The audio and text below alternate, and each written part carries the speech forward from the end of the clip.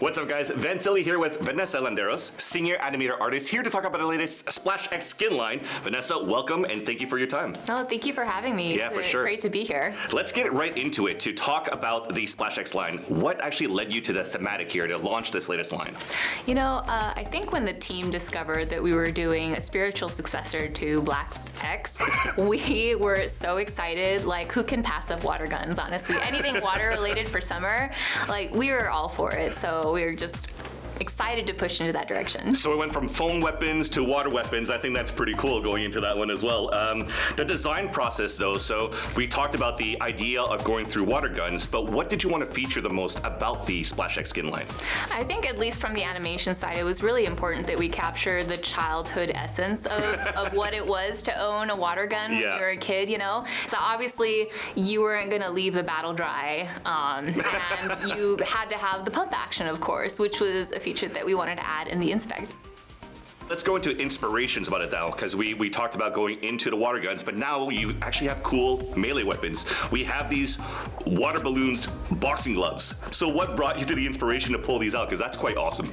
Water gloves, boxing gloves, what have you, they don't exist in real life, right? So as an animator, we have to do our best and gather as much information as possible, visual information. So I did a lot of research, a lot of fun research, and what ended up happening was I did a lot of research on slow motion water balloons. Those are great for capturing physically what basically a water sack would do. And that's essentially what the water gloves are. Your fist is inside a water balloon.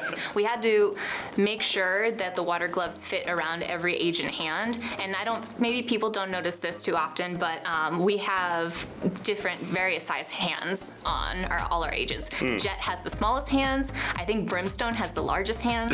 And then Saiba has medium-sized hands. Okay. So I had to work really closely with the tech artist, Leif Waldridge.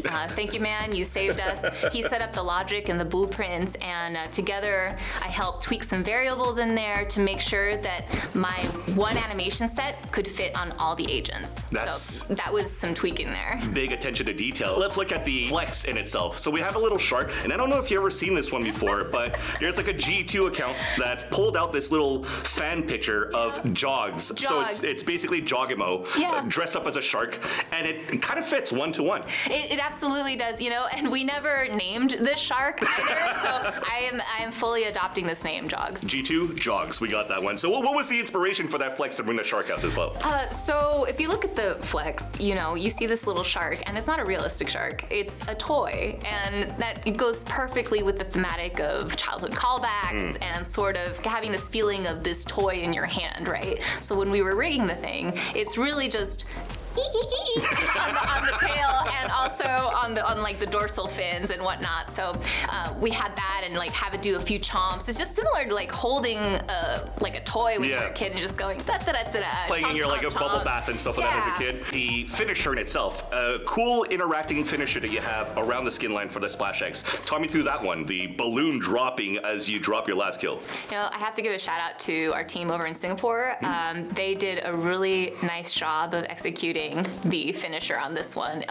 There was a challenge with getting the water balloon feeling right, you know, with the bouncing up and down. But I think after some back and forth feedback with the animation team over there and also here, we were able to execute it pretty well. So lastly, we were looking at community expectations. So what was the expectation you would think that community would react to once you were releasing this SplashX line, which is currently available right now?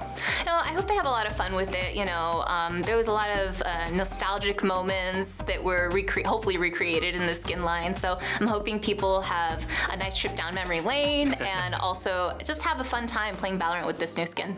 Well, Vanessa, thank you again for your time. And for those of you watching at home, make sure you check out the VALORANT store because the SplashX line is currently available for you to grab.